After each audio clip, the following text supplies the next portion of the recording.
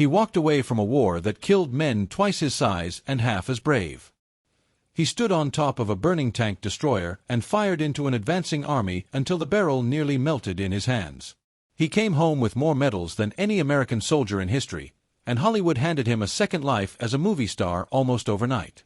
To the country watching from the outside, Audie Murphy looked like a man who had beaten every impossible odd there was. But the people who lived closest to him, the people who shared his house, his bed, his silences at 3 in the morning, knew a different man entirely. 4 years, whispers followed him about what really happened behind closed doors, about a war that never actually ended for him even after the shooting stopped an ocean away. Almost nobody said it out loud while he was alive. Then, long after his death, the one person best positioned to know the truth finally spoke, and what she confirmed changed the way an entire nation understood its most celebrated hero. Audie Leon Murphy came into the world on June 20, 1925, in a scrap of farmland near Kingston, Texas, in Hunt County.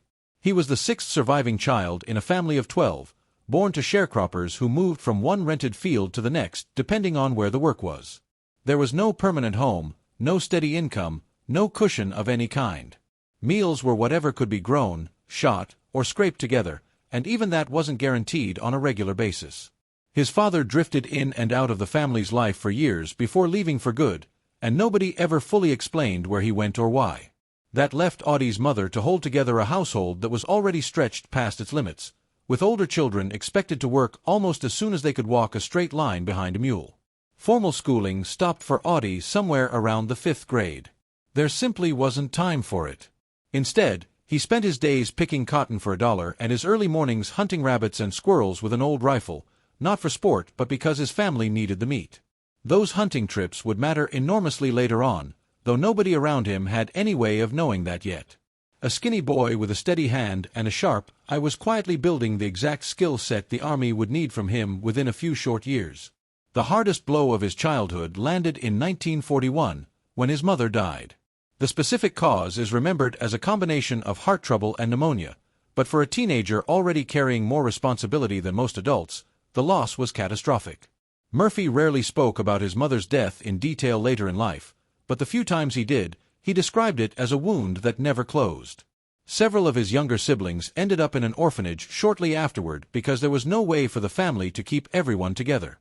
A boy who had already learned to expect very little from the world learned, at 16, that even the little he had could be taken from him without warning. Grief like that doesn't just disappear. It sits and waits. And for a restless, grieving Texas teenager, it didn't have to wait very long before the next chapter of his life arrived in the form of a global catastrophe. When Japan attacked Pearl Harbor in December 1941, Audie Murphy wanted in immediately. He tried to enlist in the Army, the Navy, and the Marine Corps, and every single branch turned him away. He was underage, and worse, he was small and underfed, weighing barely over 100 pounds soaking wet. On paper, he looked like exactly the kind of recruit a drill sergeant would send home within a week. Murphy didn't accept that answer. With help from his older sister, who altered the birth date on his paperwork, he added just enough years to slip past the recruiters. He would later joke, with the same dry humor that colored a lot of his interviews, that the local doctor who signed off on his age simply couldn't be bothered to remember the actual date, so 18 became the official number. He was accepted into the Army on June 30, 1942. Basic training at Camp Walters in Texas and advanced infantry instruction at Fort Meade in Maryland followed, and it was there that his years of hunting paid off in a way nobody in his family could have predicted. He qualified as a marksman and a bayonet expert almost effortlessly, the direct result of a childhood spent shooting for survival rather than sport. By February 1943, that undersized farm boy was standing on the docks at Casablanca in French Morocco, assigned to the 15th Infantry Regiment of the legendary 3rd Infantry Division. He had gone, in less than a year, from picking cotton in rural Texas to standing in the middle of one of the largest wars the world had ever seen. Nobody watching him board that transport ship had the faintest idea what he was about to become. What followed over the next 2 years reads less like a single soldier's service record and more like a list of things that should not be survivable. In Sicily, during the summer of 1943, Murphy served as a runner and saw his first direct combat, including a tense encounter near Canaccati where he killed 2 enemy officers attempting to flee. He caught malaria not long after and was sidelined by illness, a pattern that would repeat itself constantly throughout the war. He'd get sick, or he'd get wounded, and every single time, he pushed to get back to his unit as fast as humanly possible. The mainland Italian campaign brought more of the same. At the Volturno River in the fall of 1943, an ambush killed one of his fellow soldiers, but Murphy and his squad killed 5 of the attackers in the firefight that followed. A month later, near Mignano Montelungo, he helped repel an assault by 7 German soldiers, which led to his promotion to sergeant by the end of the year. Malaria struck him again during the stretch, hospitalizing him in Naples and forcing him to miss the initial landing at Anzio, though he caught back up to his unit in time for the brutal fighting at Cisterna, a battle that ground down even experienced veterans. By March 1944, acting almost entirely alone, he destroyed a German tank using nothing but rifle grenades, an act of nerve that earned him the Bronze Star with a Valor device. Rome fell to Allied forces not long after, but the engagements that would come to define Murphy's legacy were still ahead of him, waiting across the border in southern France. In August 1944, during the Allied invasion of southern France near Ramatuelle, Murphy's unit walked into an ambush in a vineyard. 2 German soldiers pretended to surrender, and when Murphy's close friend stepped forward to accept their surrender, they shot him dead on the spot. What happened next has been retold countless times because it captures something essential about Murphy as a soldier. Fury took over, and he charged the farmhouse the shots had come from completely alone, killing 6 Germans, wounding 2 more, and capturing 11 others single-handed. That action earned him the Distinguished Service Cross. The wounds kept accumulating alongside the medals. A mortar blast near Montelimar left him with his first Purple Heart in September 1944. The following month, he attacked a machine gun position near a stone quarry, killing 4 enemy soldiers and wounding 3 more, earning his first Silver Star. Just 3 days later, he directed an artillery barrage entirely by radio that killed an estimated 15 Germans and wounded 35, adding an oak leaf cluster to that same medal within the same week. On October 14, 1944, he received a battlefield commission to second lieutenant. Weeks after that, a sniper's bullet tore into his hip near Bruyères, an injury serious enough to sideline him well into the following January. None of it, however, compared to what was waiting for him when he rejoined his unit that winter. In January 1945, still recovering from his hip wound, Murphy returned to his platoon in the Colmar region of eastern France, right as a powerful German counterattack slammed into the area near Holzwihr. He had already taken shrapnel wounds to both legs when he ordered the rest of his platoon to fall back to safer ground. He stayed behind, alone, refusing to abandon the position. Nearby sat an American tank destroyer, abandoned and burning after its crew had bailed out under fire, but its .50 caliber machine gun was still intact. Murphy climbed onto the burning vehicle, and for roughly an hour, he directed artillery fire by radio while manning that machine gun against wave after wave of advancing German infantry and armor, fully exposed to enemy fire the entire time, standing on top of a vehicle that could have exploded beneath him at any second. By the time his ammunition ran out, an estimated 50 enemy soldiers had been killed or wounded in that single stand. He climbed down, rejoined what was left of his men, and refused medical treatment until the counterattack had been completely repelled. When someone later asked him why he'd taken on that many enemy soldiers by himself, his answer was almost unsettlingly simple. They were killing his friends. That single stand earned him the Medal of Honor, the United States military's highest award for valor, and by the time the war ended, he had also collected virtually every other combat decoration the Army had to give, along with top honors from both France and Belgium. He came home in September 1945 as a first lieutenant, discharged with a 50% disability rating. The country was ready to celebrate him as an untouchable legend. What almost nobody outside his closest circle understood was that the war Murphy had just left behind was about to follow him home and settle in for good. A medical examination conducted in June 1947 documented what Murphy's own body already knew: insomnia that wouldn't break, recurring nightmares, crushing headaches, and bouts of vomiting tied directly to what he'd been through overseas. He slept with a loaded pistol under his pillow every single night for years, a small but devastating detail that says everything about how unsafe his own home still felt to him long after the fighting had technically stopped. In the language of the 1940s, doctors called it battle fatigue or shell shock. There was no formal diagnosis of post-traumatic stress disorder yet. That term and its clinical understanding wouldn't arrive for decades. All Murphy had were sleeping pills, sheer willpower, and a body that refused to fully stand down from combat readiness. By the mid-1960s, His dependence on a prescribed sedative called Placidil had grown serious enough that he checked himself into a hotel room alone for an entire week and forced himself through withdrawal without any medical supervision, simply because he couldn't stand what the drug was doing to him and didn't know where else to turn. Strangely, one of the few places he found any release was poetry. He wrote a piece called "The Crosses Grow on Anzio," which appeared in his memoir To Hell and Back, but he credited it to a fictional soldier named Kerrigan rather than putting his own name on it, as if even in writing about his own pain, he needed distance from it. 2 more poems survived him, Alone and Far Removed, and Freedom Flies in Your Heart Like an Eagle, the second of which was later set to music and released as a song called Dusty Old Helmet.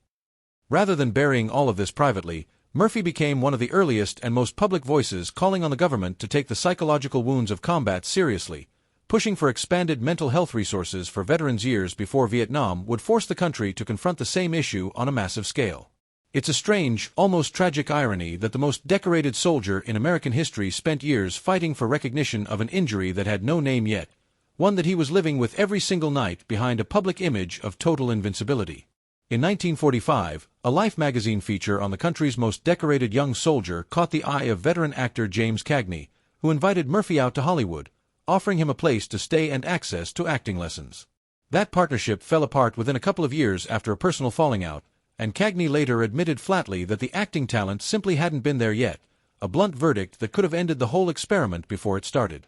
Murphy didn't quit. He trained under an acting coach named Estelle Harmon, practicing lines from Shakespeare and Saroyan, living at an athletic club while he tried to build connections in an industry that had absolutely no use for war heroes who couldn't act. A writer named David "Spec" McClure became one of his most important allies during this stretch, eventually collaborating with him on his memoir and helping him land a small role in Texas, Brooklyn, and Heaven. Through his girlfriend at the time, actress Wanda Hendricks, he picked up another small part in Beyond Glory. His real break came with Bad Boy in 1949, a film whose financiers reportedly wouldn't move forward unless Murphy was cast in the lead. It paid off. Universal Studios signed him to a 7-year contract almost immediately afterward, and roles followed quickly, playing Billy the Kid in The Kid from Texas, then Jesse James in Kansas Raiders. Westerns became his signature genre, built around a quiet, steady toughness on screen that always seemed to be hiding something heavier underneath. Audiences had no idea just how literal that undercurrent really was. Murphy's romance with Wanda Hendricks began in 1946, reportedly sparked by nothing more than a magazine cover photo of her before the two had even met in person. They married in 1949, and on paper it looked like the perfect Hollywood pairing. 2 young, attractive, rising stars building a glamorous life together. Behind closed doors, it was nothing of the sort. Murphy's combat trauma produced flashbacks, sudden mood swings, and paralyzing fear that had no obvious trigger. He reportedly kept a loaded weapon close by even at home, and there were times it was pointed toward Hendricks during the worst of their arguments. Add to that the pressure he put on her to abandon her own acting career, and the marriage collapsed fast. After only 7 months of living together, Hendricks left for good. A legal separation followed in 1950, and the divorce was finalized in 1951. Just 4 days after that divorce became official, Murphy married again, this time to a former Braniff Airlines stewardess named Pamela Archer, whom he'd met through a mutual friend. Unlike the whirlwind of his first marriage, this one settled into something calmer and more ordinary. 2 sons followed, Terry in 1952 and James in 1954, and the family split time between quarter horse ranches in California and Arizona, a version of stability Murphy hadn't known since he was a small child. That second marriage lasted 2 full decades. It weathered career ups and downs, serious financial trouble, and a war trauma that never fully went away no matter how much time passed. Even in a calmer household, the old wounds resurfaced in ways that tested Pamela far beyond what most spouses would ever be asked to endure. She stayed anyway, 4 years, absorbing the aftershocks of a war she had never fought in herself. By the late 1960s, Murphy's finances were falling apart. He'd sunk heavily into quarter horse breeding and racing, and a failed oil investment in Algeria reportedly cost him roughly $250,000. Unpaid taxes brought additional pressure from the IRS, even as Murphy turned down lucrative offers to appear in alcohol and cigarette advertising, reportedly out of concern for the younger fans who looked up to him. His temper, forged and hardened by years of combat, remained a persistent problem too. In 1970, he was arrested in Burbank following a dispute with a dog trainer that briefly involved assault charges, though those charges were dropped after a review of conflicting witness accounts. Then, on May 28, 1971, a small private plane carrying Murphy crashed into a mountainside near Roanoke, Virginia, during a stretch of thick fog and almost zero visibility. Everyone aboard was killed. He was on his way to a potential business deal that never had the chance to materialize. He was buried with full military honors at Arlington National Cemetery, and tributes poured in from public figures across the political spectrum, including a formal statement from President Nixon calling him an embodiment of American military courage that few soldiers in any generation could match. A wrongful death lawsuit later awarded Pamela and their 2 sons a substantial settlement tied to the crash, a detail that rarely makes it into the more familiar story of medals and movie posters. Pamela's grief arrived bundled together with mounting debt. She moved out of the family's comfortable home in Van Nuys and into a modest apartment, taking a clerical job at a veterans hospital in Sepulveda, a job she would keep for the next 35 years. Every dollar of the family's outstanding debt was eventually repaid in full, quietly, over roughly a decade, proof that whatever else had gone wrong, the commitment to make things right outlasted the man himself. It was years later, in interviews reflecting back on a marriage that had not always been easy, that Pamela finally spoke candidly about what had really gone on behind the image the public had been sold for so long. She acknowledged real infidelity in the marriage and a period of genuine emotional distance near the end, confirming what close friends and family had quietly suspected for years but rarely discussed openly while Murphy was alive. And yet, even in confirming all of it, she never let go of the idea that he remained, in her words, a personal hero regardless of everything that had happened between them. That kind of honesty didn't tear down the myth so much as it replaced it with something far more complicated, and in its own way, far more human than the flawless war hero image the country had built around him for decades. Pamela kept working at that same veterans hospital until she was 87 years old, passing away peacefully in April 2010. To the veterans who knew her there, she wasn't just remembered as a famous widow. She was remembered as someone who understood the real cost of war, the quiet, invisible kind that doesn't show up on a chest full of medals, better than almost anyone else around her. From a hungry childhood on Texas farmland to the most decorated combat record of the Second World War, from Hollywood leading man to a marriage that carried far more weight than the public ever knew, Audie Murphy's full story turns out to be something far more layered than any single medal or movie poster could ever suggest. He was, without question, one of the bravest men to ever wear an American uniform. He was also, quietly and for most of his adult life, a man still fighting a war that had never officially ended for him, one that very few people around him fully understood until it was far too late to help. Behind nearly every legend stands someone who carried the real weight long after the cameras stopped rolling and the parades were over. For Audie Murphy, that person was Pamela, the woman who lived with the man behind the myth, endured what the public never saw, and years later, finally told the truth about what that really cost. What part of Audie Murphy's story surprised you the most? Let us know in the comments below, and if you'd like to see more true stories from history, don't forget to like and subscribe.